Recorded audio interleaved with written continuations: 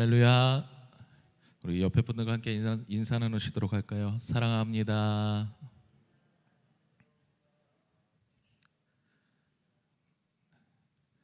네. 하루라도 빨리 정말 마스크 벗는 날이 왔으면 좋겠네요. 네. 마스크를 쓰니까 열이 이렇게 차니까는 피부에도 되게 안 좋은 것 같아요. 저도 여기 지금 이렇게 뾰루지라고 해야 되나요? 이게 나갖고 막 고름이 생기고 이러는데 여러모로 참 안 좋은 것 같습니다. 그리고 마스크가 이렇게 코하고 입을 가리다 보니까 뭐랄까 얼굴을 봤을 때 좀 더 무섭다고 해야 되나요? 뭔가 약간 삭막하다고 해야 되나요? 이게 웃는 모습이 이렇게 온화하게 보여야 되는데 그게 아니라 뭔가 이렇게 약간 노려보는 것 같기도 하고 이렇게 좀 바라보는 눈빛이 선한 느낌이 안 드는 것 같아요. 참 하나님이 대단하신 것 같아요. 얼굴에 이렇게 갖가지 기능들이 있는 거죠. 그러니까 하나만 보이는 게 아니라 전체적으로 딱 봤을 때 이렇게 조화가 되게 이루어지게 이렇게 참 만들어 놓으신 거 보면은 너무나 신기한 것 같습니다. 마스크를 써서 가려졌지만 우리 성도님들 얼굴 표정이 온화하고 환한 미소일 줄로 믿습니다. 네. 여러분들의 삶 가운데 정말 하나님의 크신 사랑과 은혜로 말미암아 행복하고 즐거운 일이 가득하기를 주님의 이름으로 간절히 소망합니다. 사람이라면 누구나 다 기본적인 욕구라는 것을 가지고 있습니다. 즉 본능이라는 것이 존재합니다. 아무리 위대한 철학자라 할지라도 그리고 아무리 위대한 과학자나 정치가라 할지라도 설교자라 할지라도 누구나 기본적으로 욕망, 즉 본능이 존재합니다. 이러한 인간의 기본 욕망을 여러 가지로 말할 수는 있지만 간략하게 세 가지로 요약해 볼 수 있습니다. 그 첫 번째는 생존 본능입니다. 생존 본능, 즉 살고 싶은 마음이죠. 살고자 하는 것. 오래 살고 싶은 생존 본능을 가지고 있습니다.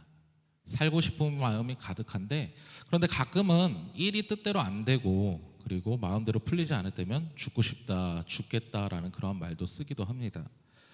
근데 이게 정말 죽고 싶다가 아니죠. 그만큼 더 절실하게 살고 싶다는 그러한 말이죠. 이처럼 사람은 삶을 살아가는 데 있어서 살고자 하는 마음, 존재하고자 하는 마음이 기본적인 욕망으로 자리 잡고 있습니다. 이 살고자 하는 마음을 다른 뜻으로 표현하자면 소유욕이 될 수도 있고요. 그리고 생존 본능이라는 것은 먹고 싶은 것이 될 수도 있고 여러 가지 갖가지의 욕망들을 포함하고 있는 것입니다. 만일 이러한 본능이 이러한 욕망이 기본적으로 사람에게 없었더라면 사람은 살아갈 수 없었을 것입니다. 살고 싶고 더욱더 편하게 살고 싶고 질이 좋게 향상되어서 안전하게 살고 싶고 그러다 보니까 많은 것들이 발명되고 변화하고 더 나아가는 그런 삶을 살아가게 됐죠. 제가 아내가 아이를 가졌을 때 첫째도 그렇고 둘째도 그렇고 가족 분만실에서 분만을 했어갖고 아이를 낳는 모습을 다 지켜봤었습니다. 아이를 이렇게 출산을 하고 나서 나오자마자 그 아이의 코와 입하고 귀에서 불순물들을 빼내고 제일 먼저 하는 게 신기하게 엄마의 가슴 위에다가 아이를 올려놓더라고요. 가슴 위에다 아이를 올려놓으니까 정말 신기하게 알려주지도 않았는데 엄마의 젖을 찾아 애가 이렇게 꿈틀꿈틀 하더라고요. 그러고 나서 그 냄새가 나니까 그곳에 가서 그 젖을 빨려고 입을 뻐끔뻐끔하는 모습을 봤었습니다. 그 정도로 태어나자부터 갖고 있는 본능, 사람이 갖고 있는 본능이 바로 살고자 하는 생존 본능입니다. 두 번째로 사람은 누구나 다 평등하고자 하는 본능이 있습니다. 다른 말로 하면 사회적 본능이라고 표현할 수 있습니다. 쉽게 생각해 보면은 누가 집을 사면 나도 집을 사고 싶고 누가 차를 타고 다니면 나도 타고 싶고 다른 사람이 가진 것이 있다면 나도 갖고 싶어지는 것, 그것이 바로 이 평등하고자 하는 본능입니다. 같은 것을 갖고 싶다 보니까 우리나라 옛 속담에 그런 말이 있죠. 사촌이 땅을 사면 배가 아프다. 남들과 공평하고 싶어지는 그런 마음 때문에 생기는 것이죠. 내가 못 살 바에는 남들도 다 못 살았으면 좋겠다. 나랑 똑같이 다 못 살았으면 좋겠다라고 생각할 수도 있게 되고 내가 할 수 없는 일을 다른 사람이 하고 있으면은, 다른 사람이 나보다 더 나은 일을 한다면 뭔가 괜히 기분 상하고 자존심 상하고 불쾌해지는 경우도 있습니다. 이렇게 평등하고자 하는 마음, 같아지고자 하는 마음, 같기를 바라는 마음, 우리의 기본 본능에서 나오는 것입니다. 이것을 또한 소속력이라고도 이야기할 수 있습니다. 남들과 같이 함께 보내고 싶다. 남들 사이에 끼어서 보내고 싶다. 그래서 젊은 사람들끼리 무엇인가를 따로 하면서 나이 많은 분들을 배척하게 되면은 섭섭하게 되죠. 서운하게 되고, 반대로 어른들이 아이들을 배척하고 아이들끼리 있게 만들고 아이들끼리 무언가를 하게 만들면 그 아이들은 돌아서서 서글퍼지는 것입니다. 사람은 어딘가에 이렇게 같아지고 싶고 동참하고 싶고 같이 끼고 싶은 이런 본능을 가지고 있습니다. 이 본능이 잘만 사용하면 정말 좋은 본능이에요. 교회에서도 전도할 때 이러한 평등하고자 하는 본능을 잘 이용한다면 도움이 많이 되겠죠. 실례로 선교사들이 한국 땅에서 복음을 전파할 때 유도했던 것이 바로 이 평등하고자 하는 본능에서 유래가 되었습니다. 본능을 자극했었습니다. 남녀가 평등한 세상을 이야기하면서 여성들을 이끌어낼 수 있었고, 인간은 누구나 다 평등하다는 사상으로 신분 격차가 있는 한국 땅에서 많은 이들의 관심을 끌어올 수가 있었습니다. 우리도 마찬가지입니다. 우리 교회의 다른 이들을 전도하기 위해서는 우리 교회에 소속하고 싶게 만들어야 하고 우리 교회에 관심이 있게 만들어야 하는 것입니다. 앉아서 손가락만 빨고 있다고 해서 누군가 우리 교회에 관심을 갖는 건 아니겠죠. 우리 교회를 바라볼 때 나도 저 교회에 다니는 사람들 사이에 한번 껴보고 싶다. 저들과 대화를 나누고 싶고 저들과 같이 함께 시간을 보내고 싶다. 나도 저 교회에 소속되고 싶다라는 그러한 마음을 들 수 있게끔 해야 전도도 자연스럽게 될 수 있는 것입니다. 마지막 세 번째로, 인간은 누구나 다 정치적인 본능을 가지고 있습니다. 정치적이다라고 이야기를 하니까 거창하게 들릴 수도 있지만요, 누구나 다 이 정치적인 본능을 지녔습니다. 이것은 무엇인가 되고자 하는 마음이고 무엇인가 지배하고자 하는 그러한 마음입니다. 소꿉장난을 하든 조그마한 영토를 가지든 무엇이든 간에 내 마음대로 지배하고 싶은 기본적인 욕구입니다. 하나님께서 인간을 창조하셨을 때 만물을 다스리라고 말씀하셨습니다. 그래서 인간은 기본적으로 다스리려고자 하는 본능을 가지고 있는 것입니다. 이것이 얼마나 소중한 것인지 모릅니다. 이 다스리고자 하는 마음, 바꿔 말하면 무엇인가 되고자 하는 그 목표를 향해서 달려갈 수 있게끔 원동력이 되어줄 수 있는 그런 능력입니다. 다스리고자 하는 마음, 보이고자 하는 마음, 이런 마음을 다른 표현으로 종교적 본능이라고 이야기할 수도 있습니다. 어쨌든 이것은 첫째가 되고 싶은 마음, 지배하고 싶은 정치적 본능입니다.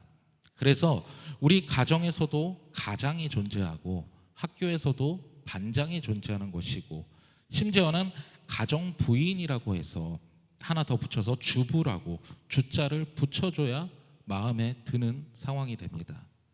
이 모든 것이 기본적으로 다스리고자 하는 그러한 본능에서 나온 현상입니다. 성경은 이런 기본 본능에 대하여서 결코 정죄하지 않습니다. 너 그렇게 갖고 있는 그 본능 억제해야 돼, 절제해야 돼, 갖지 마, 버려야 돼, 이렇게 이야기하지 않습니다. 본능을 통해서 하나님은 축복하셨고 본능을 통해서 하나님은 우리에게 계속 역사하고 계십니다. 좀 더 쉽게 말씀드리면, 먹고 싶은 욕망이 우리에게 없다면 아무리 많은 음식을 우리에게 주신다 할지라도 그것이 축복이 되지 않습니다. 나의 관심사가 아니니까요. 소유욕이 없다면 물질의 축복을 주셨을 때 그것이 감사가 되지 않습니다. 축복으로 여겨지지 않습니다. 별로 관심이 없으니까요. 떡반죽 그릇에 포도즙 틀에 복을 주마 하신 이 말씀들, 인간의 기본 본능에 적중한 그러한 말씀인 것입니다. 너를 높여주리라, 내 이름도 장구하게 하리라, 내 날이 장구하리라. 이 모든 축복들이 그 기본 베이스가 본능에서 시작되는 것입니다. 원칙적으로 우리가 믿고 있는 이 기독교는, 속하여 있는 이 기독교는 금욕주의도 아니고 염세주의도 아닙니다. 이것이 타 종교에 비해서 기독교의 가장 큰 특징이라고 이야기할 수 있는 것입니다. 첫째가 되고 싶은 욕망 절대 버리지 말아야 할 것입니다. 소유욕도 버리지 말아야 할 것입니다. 평등하고자 하는 인권적 욕망도 우리는 지녀야 하는 것입니다. 그런데 가장 중요한 것은 이 모든 욕망을 하나님이 주신 축복으로 받고 그 욕망을 어떻게 제한하며 어떻게 다스릴 수 있는가, 하나님 안에서 어떻게 조절할 수 있느냐가, 어떻게 승화시켜 나아가느냐가 중요한 것입니다. 이것이 우리에게 문제로 다가서게 되는 것입니다. 오늘 본문을 보면은 한 어머니가 이 같은 기본 욕망을 가지고 예수님 앞에 나와 소박한 여성으로서 우러나오는 소원을 아뢰고 있습니다. 어쩌면 우리 한국 어머니들과 비슷하다고 볼 수 있죠. 자기 자식이 잘 되기를 바라는 마음으로 아주 극단적인 표현으로 나타나고 있습니다. 두 아들이 예수님의 제자인 것만으로도 만족하지 못하고 그냥 제자가 아닌 수제자가 되기를 바라고, 제자 중에서도 첫째가, 가장 인정받는 존재가 예수님의 좌우에 존재할 수 있는 제자가 되기를 원한다는 그런 마음을 비치고 있습니다. 예수님은 우리가 아는 바와 같이 12제자를 거느리셨습니다. 그런데 그 중에 특별히 3제자만 따로 데리고 변화산에 올라가셨죠. 어쨌든 이 3제자가 예수님의 사랑을 더 받은 것으로 보여질 수 있습니다. 이 중에 베드로라는 제자가 존재했었고, 여러분들도 알다시피 베드로는 예수님의 수제자였습니다. 모양새를 보면 야고보와 요한 중에 누구 하나가 예수님의 좌편이나 우편에 앉을 수 있는 모양입니다. 그런데 이것만 가지고는 만족할 수 없다는 것입니다. 하나라도 그것에 속할 수 있음에 감사하지 못하고, 그것에 만족하지 못하고, 하나가 빠졌다는데 불평이 있어서 지금 예수님께 나와 특별 교섭을 제안하고 있는 것입니다. 특별 청탁입니다. 하나는 우편에, 하나는 좌편에 앉게 해주세요. 이 부탁 뒤에는 숨겨진 소원이 하나 더 있습니다. 수제자 베드로는 예수님의 곁에서 빼버리라는 것이죠. 우리 아들들이 가지런히 둘 다 출세해야 되니까 베드로는 자연히 물러서라는 그러한 뜻입니다. 이 어머니의 소원, 이해할 만한 소원입니다. 아마 이 소원에 대해서는 어느 어머니도 같은 마음일 것입니다. 내 자식이 다 잘 되기를 바라는 마음, 어느 부모가 갖지 않을 마음이겠습니까? 욕망은 끝이 없습니다. 예수님의 제자가 되었으니 족하고 그의 나라에 참여한 것으로 족하지 못하고 꼭 첫째, 가장 먼저 제일 되는, 둘째가 되어야 한다고 소원하고 있는 것입니다. 그러나 예수님께서는 이 어머니의 소박하고 기본적인 욕망에 대하여서 그 욕망 자체를 책망하지는 않으셨습니다. 그래, 그렇게 기도할 수 있어, 그렇게 바랄 수 있어, 욕망을 버리라고 꾸짖으시지 않으셨습니다. 첫째가 되고자 하는 이 소원은 허락하시되, 다만 그 전에 먼저 생각해 봐야 할 것이 있다는 것입니다. 먼저 예수님이 말씀하시기를 내가 구하는 것을 내가 모르고 있다라고 하시며, 내가 지금 좌우에 앉겠다는 그것이 무엇을 의미하는지 아느냐라고 되묻고 계십니다. 이 말은 이것을 먼저 한번 생각해 보라는 것입니다. 앉을 자리만 바라보지 말고 그게 무엇을 의미하는가, 네가 지금 되고자 하는 게 무엇이냐라고 질문하고 계신 것입니다.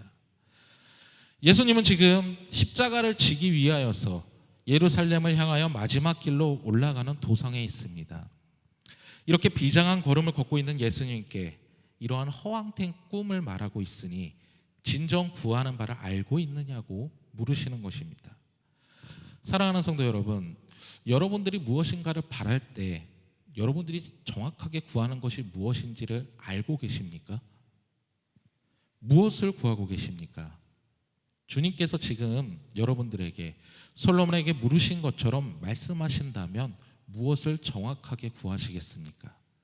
너는 내게 구하라. 내가 내게 무엇을 줄까? 한 가지만 구하여라. 무엇을 구할 거냐라고 물으신다면 여러분들은 무엇을 구하시겠습니까? 우리는 소원을 가지되 목적을 가지되 그 목적이 무엇인지 알고 정확하게 구하여야 합니다. 자식을 위하여서 애쓰는 학부모에게 당신의 자식이 어떤 사람이 되기를 원합니까? 라고 질문하면 대부분의 학부모들이 이렇게 대답합니다. 좌우간 인류대학에 우선 들어가는 거요. 여러분, 대학이 그들의 목적입니까? 도대체 무엇을 되기를 원하는 것일까요? 진정으로 내 자식이 어떤 사람이 되기를 바라고 있는 것입니까? 공부는 수단이나 방법이지 결코 목적이나 목표가 아닙니다. 이러한 목적 없는 무분별함 때문에 요즘 아이들에게 꿈을 물어보면 나는 뭐가 되고 싶어요? 라는 대답을 하지를 못합니다. 글쎄요, 잘 모르겠어요. 야, 그럼 너 학교 왜 다녀? 공부 왜 그렇게 힘들게 해? 글쎄요, 엄마가 하라니까요. 좋은 대학 가야죠. 그들이 그렇게 성장해서 좋은 대학에 들어갔다 한들 무엇이 될까요? 내가 뭐가 돼야 할지 목표도 모르는 상황에서, 목적도 없는 상황에서 무엇이 될까요? 그저 대기업에 취업해서 월급 잘 받고 살면 그것이 되는 것일까요? 사랑하는 성도 여러분, 분명히 나의 소원이 무엇인가를 알아야 합니다. 하나님 앞에 다시 한번 물어보시기 바랍니다. 나는 내 자식이 어떤 사람이 되기를 바라는가? 무엇을 구하는지 목적 의식이 분명히 있어야 하는 것입니다. 예수님께서 두 번째로 제자들 말씀하시기를 내가 마시려는 잔을 마시겠느냐라고 말씀하십니다. 요한복음 18장을 보면은 예수님께서는 아버지께서 내게 주신 잔을 내가 마시지 않겠느냐라고 말씀하셨습니다. 이 잔은 우리가 잘 아는 바와 같이 바로 십자가입니다. 나는 십자가를 통해서 부활의 영광을 바라고 만왕의 왕이 되겠는데 너는 우편 좌편에 앉기를 원하면서 내가 마시고자 하는 잔을 너도 마시겠느냐? 즉 너도 십자가를 지겠느냐라는 뜻으로 묻고 계신 것입니다. 우리가 바라는 소원이 있다면 그 소원에 합당한 과정이 있습니다. 그리고 향하는 길이 있고 그 길을 걸어가는 노력이 있는 것입니다. 지불해야 할 엄청난 대가가 있다는 말입니다. 그저 되는 것이 아닙니다. 하나님의 뜻을 준행함에 있어서 지름길이라는 것은 절대로 존재하지 않는 것입니다. 그만한 수고, 합당한 노력, 그만한 과정이 반드시 있고 그것을 가졌을 때 하나님께서 주시는 결과를 맛보게 되는 것입니다. 만약 중요한 졸업장을 거저준다면 받으시겠습니까? 그것을 받았다 한들 그 졸업장의 무게만큼의 실력은 내게 없을 것입니다. 높은 지위를 거저준다고 내가 그 자리에 앉을 수 있겠습니까? 앉아봤자 주변인의 뜨거운 시선만 받을 뿐인 것입니다. 사랑하는 성도 여러분, 과정이라는 것이 중요한 것입니다. 과정이라는 것이 필요한 것입니다. 요행은 결코 있을 수 없는 것입니다. 우리말에 불안당이라는 말이 있죠. 이 말의 뜻은 땀을 흘리지 않는 사람이라는 뜻입니다. 땀 흘림 없이 무엇을 취했다고 한다면 그 자체가 죄입니다. 이것이 결코 복이 될 수 없는 것입니다. 우리는 너무 사행심을 가지고 있으며 요행을 바랍니다. 너무 결과만을 생각합니다. 결과보다 과정이 더 중요한 것입니다. 뭐로 가도 서울로만 간다고 말하는데 아닙니다. 서울로 못 가도 시간이 걸려도 바른 길로 바로 가야 하는 것입니다. 바른 길로 통해 가고 결과에 대해서는 하나님께 맡기는 것이 바로 믿음인 것입니다. 하나님께서 해주실 것이다. 하나님께서 이루어 주실 것이다. 그 기대를 갖고 나아가는 것이 바로 믿음인 것입니다. 우리는 바른 목적으로 바른 과정을 따라서 가다가 어디서 쓰러질지라도 그 다음 일은 하나님께서 해주실 것을 기대하고 믿고 나아갈 수 있는 자들이 되어야 하는 것입니다. 결과가 방법을 정당화하는 것은 공산주의의 슬로건입니다. 결과도 중요하지만 더욱 중요한 것이 방법이고 과정인 것입니다. 히브리 사람들은 자녀들에게 일을 가르치지 않는 것을 도적질을 가르치는 것과 같다라고 이야기한다고 합니다. 무슨 말인가 하면 벌어서 먹을 법을 가르치지 않으면 얻어 먹어야 하고, 이 얻어 먹는다는 것은 남의 것을 먹는 것이고, 그것은 바로 도적질하는 법을 가르치는 것이나 마찬가지라는 것입니다. 빌립보서 1장 29절에 보면 그를 위하여 고난도 받게 하려 하심이라라고 기록되어 있습니다. 로마서 8장 17절에 보면 그와 함께 영광을 받기 위하여 고난도 함께 받아야 할 것이니라라고 기록되어 있습니다. 사랑하는 성도 여러분, 고난은 함께하지 않고 영광만 받겠다는 것은 불안당 같은 마음입니다. 우리는 축복이 거저 떨어지는 것으로 생각하기 쉽습니다. 마치 도박장에서 돈을 버는 것과 같이 그러한 요행을 기다리는 축복관이 우리에게 있습니다. 그것이 무엇이냐? 하나의 노력도 하지 않고 기도만 하는 것입니다. 물론 기도라는 것 하나님이 들어주시는 것이죠. 이루어지는 것이죠. 하지만 그 기도에 합당한 노력이 없다면 그 기도에 응답을 해주시지 않으십니다. 우리가 기도한다고 그 기도한 것이 뚝 떨어지는 것이 아니라는 것입니다.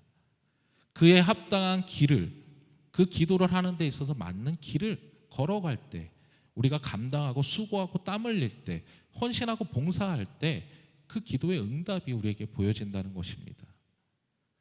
교회에 성도가 모자르다고요? 적다고요? 전도할 수 있게 기도해 달라고요? 일단 일어나서 전도해야 되는 것입니다. 내가 걸어서 전도할 때, 나아가서 복음을 전할 때 그 복음을 전한 것에 대한 결과를 하나님이 보여주시는 것입니다. 나를 통하여서 뿌려진 복음의 씨앗이 상대방의 마음에 자리 잡고 하나님께서 길러주시고 하나님의 전으로 이끌어주시는 것입니다. 그러한 수고도 하지 않고 노력도 하지 않고 무엇을 바란다는 것이죠? 하나님께서 기뻐하시겠습니까? 하나님께서 들어주시겠습니까?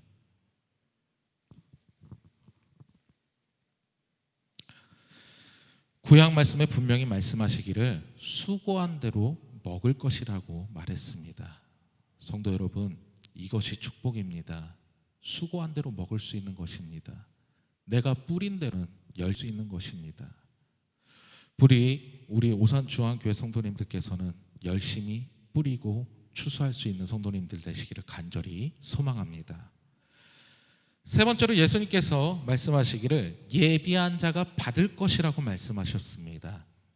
하나님이 지명한 자가 받게 될 것이라는 것입니다. 잠언 16장 9절에 보면 사람이 마음으로 자기의 일을 계획할지라도 그의 걸음을 인도하시는 이는 여호와이시니라라고 고백하고 있습니다. 하나님이 인도하시고 하나님이 축복하셔야 합니다. 내 노력, 내 인내, 내 희생, 내 수고 아무것도 중요한 것이 아니라는 것입니다. 그 모든 것이 있어도 그 위에 또 하나, 하나님의 인도하심, 하나님의 축복이 함께 하셔야 이루어질 수 있다는 것입니다. 그러므로 우리는 할 일을 다하고 그 다음에 되어지는 일에 대해서 그대로 받아들일 수 있는 믿음의 자세가 필요한 것입니다.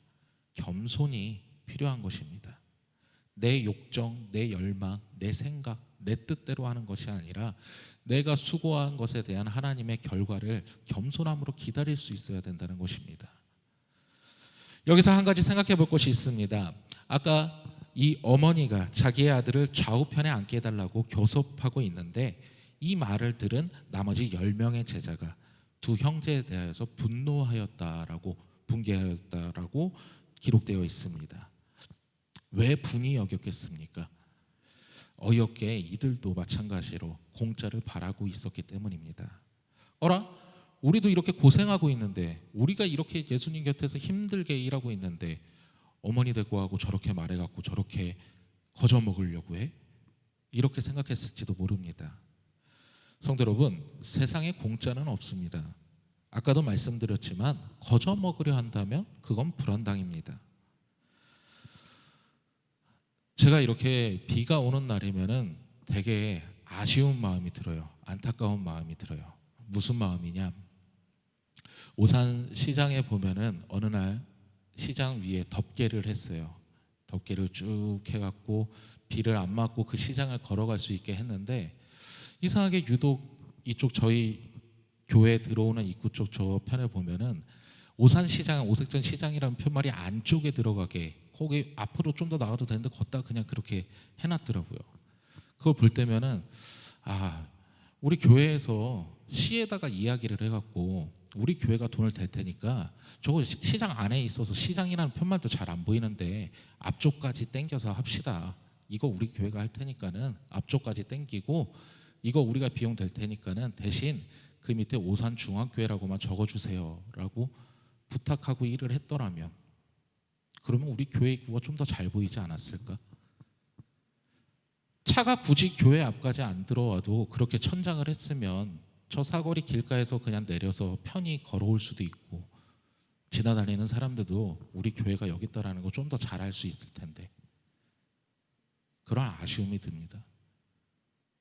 물론 돈이 들죠. 물론 이야기한다고 안 될 수도 있습니다. 하지만 노력은 해봐야죠. 시도는 해봐야죠. 버스를 타고 다닐 때면은 아쉬운 마음이 많이 듭니다. 무엇이냐? 버스가 바로 교회 앞에 서요. 근데 버스 정류장은 중원사거리라고 기록되어 있어요. 성도 여러분, 오산대역에 오산대가 있습니까?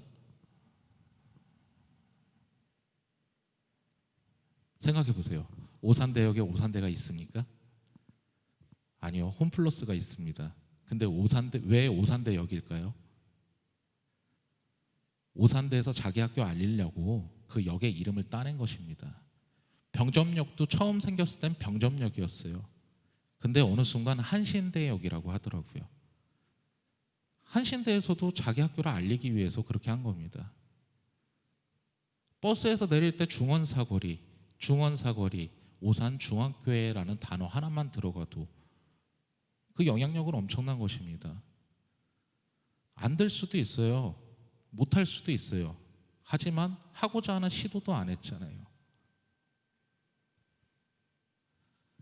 가만히 손 놓고 앉아 있는데 하나님이 기도만 한다고 들어주실까요? 내가 노력도 하지 아니하였는데 아이 이쁘다 그러고서 기도한 거 들어주실까요? 제가 오산 중앙교회에 온 지 시간을 따져보니까 한 8년 됐더라고요. 벌써 전도사 때부터 해서 이렇게 계속 쭉 감사하게 있게 됐는데 8년 됐는데, 8년 오산 중앙교회에 있으면서 들었던 얘기 중에 제일 마음 아프고 안타까웠던 얘기가 무엇인가 하면은 우리 교회는 안 돼라는 그러한 말입니다. 왜요? 왜 안 될까요? 안 되라는 생각을 하니까 안 되는 겁니다. 안 돼가 아니라 되는 것입니다. 내가 노력하면은, 내가 수고하면은 내가 수고한 대로 먹을 수 있게 해주신다고, 수고한 대가를 받게 해주신다고 하나님이 약속하셨는데 왜 안 되겠습니까?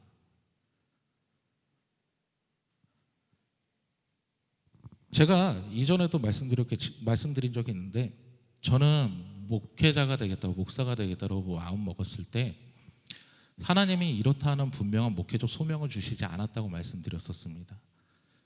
목회적 소명을 분명히 주시지는 않았습니다. 그리고 그 소명을 받으신 분들을 보면 너무나 부러웠습니다. 그러한 저에게 주셨던 것은 목회적 소명이 아니라 무엇을 하든지 해보라는 것이었습니다. 하는 대로 내가 책임져 줄게. 그 말씀뿐이었습니다. 처음 그 말씀 받았을 때는 너무나 답답했습니다. 저도 뭔가 분명한 확고한 목적이나 무언가 이루고자 함이 있어야 되는데 그게 아니라 그냥 하라고 하시니까 뭘 해야 되지? 근데 지금 와서는 왜 그 말씀을 주셨는지 이제는 이해할 수 있을 것 같아요. 소명이나 소망이 있으면 무엇합니까? 저 멀리 감치에 있는데 잡을 수 있게 걸어가야죠. 가질 수 있게 다가가야죠. 움직이지도 않고 제자리에서 발만 동동 구르면서 있다가 저거 내 소명인데, 내 소망인데 애타면 뭐합니까? 저 멀치에 계속 있기만 한 것이지. 사랑하는 성도 여러분, 수고한 대로 거두는 것이고 그 수고한 것보다 배로 거둘 수 있게 이루어지시는 분이 바로 하나님이십니다. 저와 여러분이 믿고 있는 하나님이 그러한 분이세요. 내가 수고한 만큼 아니면 그 이상, 내가 노력한 만큼 그 이상 몇 배, 몇백 배, 몇천 배 부어주시겠다고 말씀하신 분이 바로 하나님이세요. 그 믿음이 저와 여러분들에게 가득하기를 간절히 소망합니다. 네 번째로 예수님은 말씀하시기를 너희 중에 그렇지 않아야 하나니 너희 중에 누구든지 크고자 하는 자는 너희를 섬기는 자가 되고 너희 중에 누구든지 으뜸이 되고자 하는 자는 너희의 종이 되어야 하리라 라고 말씀하셨습니다. 먼저 종이 되고 먼저 수고하고 먼저 희생하고 그리고 우편 좌편에 앉겠다면 누가 감히 뭐라고 하겠습니까? 누가 감히 질투를 하며 분이 여기겠습니까? 당연히 인정하겠죠. 그 수고를 인정하겠죠. 그 노력을 인정하겠죠. 먼저 종이 되고 먼저 섬기는 자가 되어야 한다고 말씀하신 이유가 바로 그것입니다. 내가 하고 싶다고 해서 그저 하려고만 하는 것이 아니라 그 자리에 맞는 노력과 수고를 할 때 앉을 수 있다는 것입니다. 펜실베니아 대학에는 이러한 일화가 전해지고 있습니다. 방학이 끝나고 개학이 되면은 많은 학생들이 기숙사로 돌아옵니다. 그리고 방을 정하게 되는데 이곳은 특이하게도 가장 먼저 온 학생이 자기가 들어가고자 하는 방을 먼저 정할 수 있는 곳이라고 합니다. 그래서 일찍 자기가 원하는 방, 좋은 방을 얻기 위하여서 소란스러운 계단을 피하고 햇살이 잘 드는 그러한 방을 얻기 위하여서 학생들이 일찍 학교로 돌아와서 조용한 방을 구하기를 원한다고 합니다. 그런데 어느 학기에 가장 맨 먼저 왔던 학생이 좋은 방은 다 제쳐놓고 계단 밑에 있는 여건이 나쁜 방을 원했습니다. 총무처장은 수십 년 이 자리에 앉아 있었지만 저마다 먼저 와서 좋은 방을 갖기를 원했지 이러한 나쁜 방을 먼저 찾는 학생은 한 명도 없었습니다. 이 소식을 촌장이 듣고 그 학생의 이름을 수첩에 기록해 놓았었습니다. 얼마 후에 그 기록되어 있던 이름은 명패가 되어서 그 대학의 총장이 되었다고 합니다. 다른 사람이 다 가지고 남은 것, 다른 사람이 다 싫어하여 남은 것은 내가 갖겠습니다. 다른 사람이 원하지 않는 일 내가 하겠습니다. 이 얼마나 아름답고 중요한 일입니까? 다른 사람 다 제쳐놓고 내가 제일 먼저 좋은 것, 높은 자리에 앉겠다고 하는 그것은 다시 한번 생각해 보아야 할 일인 것입니다. 먼저 섬기고 먼저 종이 되라. 섬김에 있어서, 낮아짐에 있어서, 겸손에 있어서, 봉사에 있어서 첫째가 될 수는 없는 것입니까? 힘든 건 힘들어서 못하고 어려운 건 어려워서 못하고 쉬운 건 좋아서 빨리 하려고 하고